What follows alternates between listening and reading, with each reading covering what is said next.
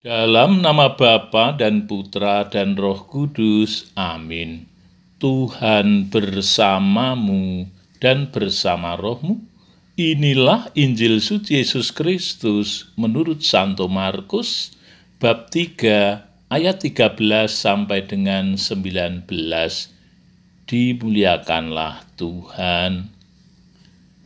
Pada suatu hari Yesus naik ke atas bukit. Ia memanggil orang-orang yang dikehendakinya, dan mereka pun datang kepadanya. Ia menetapkan 12 rasul untuk menyertai dia, untuk diutusnya memberitakan Injil, dan untuk menerima dari dia kuasa mengusir setan. Ke-12 orang yang ditetapkannya itu ialah Simon yang diberinya nama Petrus, Yakobus anak Zebedeus, dan Yohanes saudaranya, yang keduanya ia beri nama Boanerges, yang berarti anak-anak guru.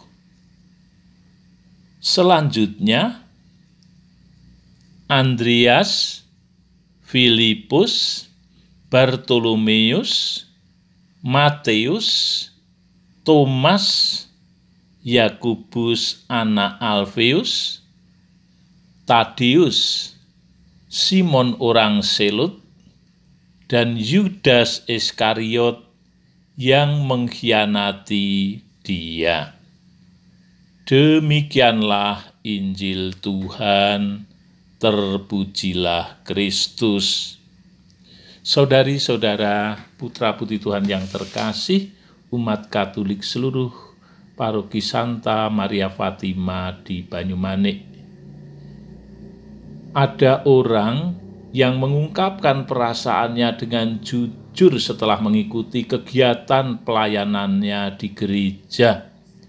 Dia mengatakan demikian, "Saya dengan semangat dan senang hati ikut terlibat dalam kegiatan gereja Katolik yang banyak kegiatannya yang memperhatikan kehidupan sesama, terlebih sesama yang menderita kekurangan. Tetapi di dalam prakteknya ternyata pengurusnya yang kelihatannya di depan sangat baik sikapnya, tetapi ternyata di belakang jauh dari saya. Mereka menjelek-jelekan saya. Maka saya merasa tidak bergembira lagi. Mungkin lebih baik saya mengundurkan diri dari kelompok pelayanan di gereja ini." Saudara-saudari, pelayanan yang tulus kepada sesama kita jangan pernah hanya melihat tabiat masing-masing orang yang menjadi kawan pelayanan kita. Tetapi yang paling penting, lihatlah Tuhan Yesus yang memanggil dan mempercayai kita serta melibatkan kita dalam karya pelayanan Tuhan. Kita tadi telah mendengarkan pewartaan lewat Injil yang mengisahkan Tuhan Yesus memilih para rasul-Nya. Latar belakang mereka memang bermacam-macam. Ada yang datang dari keluarga yang sederhana, ada yang dari pemungut cukai, juga ada pemberontak, dan aneka macam.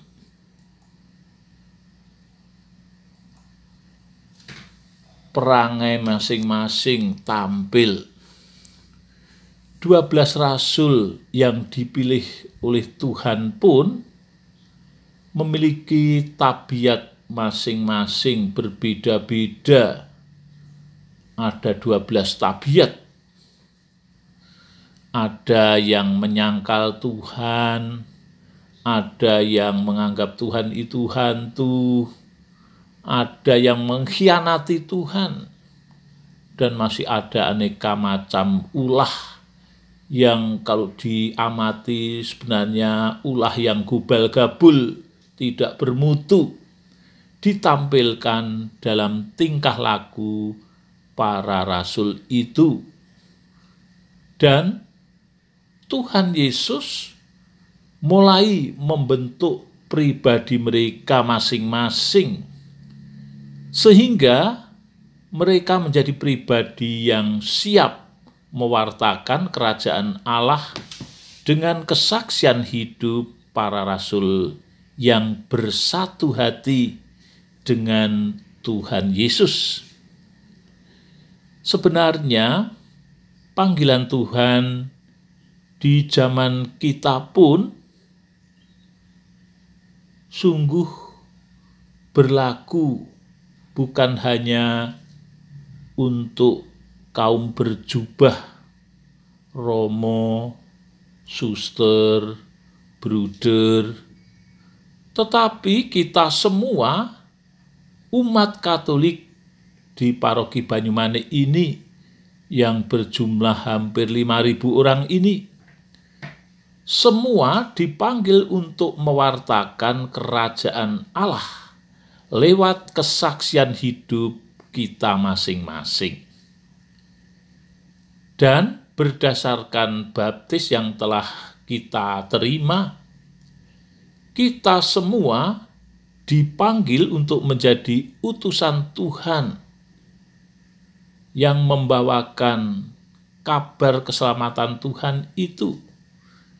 Dan masing-masing yang telah dibaptis mendapatkan perutusan Tuhan sebagai raja, artinya yang memimpin orang-orang menuju keselamatan Tuhan, juga sebagai imam yang menguduskan dengan menjalani hidup dan karya selalu bersama dengan Tuhan Yesus, dan juga sebagai nabi, yakni lewat kata dan tindakannya yang benar mewartakan kerajaan Allah.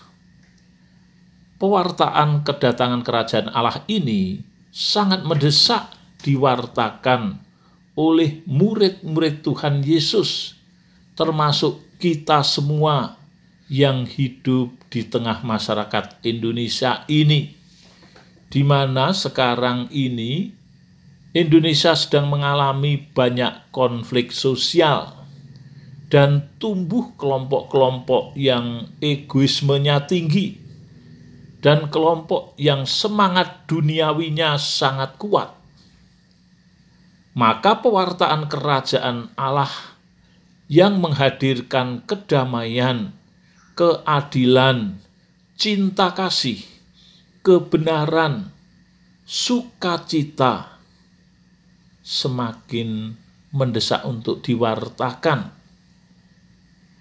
Ini nampak di dalam geliat kesatuan persaudaraan seluruh masyarakat Indonesia mulai jelas disatukan oleh Roh Tuhan yang nyata dalam kemajuan kepemimpinan negara kita, yakni Bapak Presiden Jokowi yang tampil sebagai nabi yang menegakkan kebenaran dan kejujuran, juga sebagai raja yang mempersatukan rakyat Indonesia, menyatukan para pemimpin yang berseberangan pun menjadi jalan bersama-sama, dan juga dia sebagai imam yang menuntun mengarah kepada kesucian hidup rakyat Indonesia dengan langkah mempertobatkan rakyat, terlebih para pemimpin negeri ini yang tindakannya dikuasai oleh kekuatan dosa masing-masing. Mereka dituntun untuk bertobat meninggalkan dosa mereka. Amin. Kemuliaan kepada Bapa dan Putra dan Roh Kudus, seperti pada permulaan, sekarang selalu, dan sepanjang segala abad. Amin.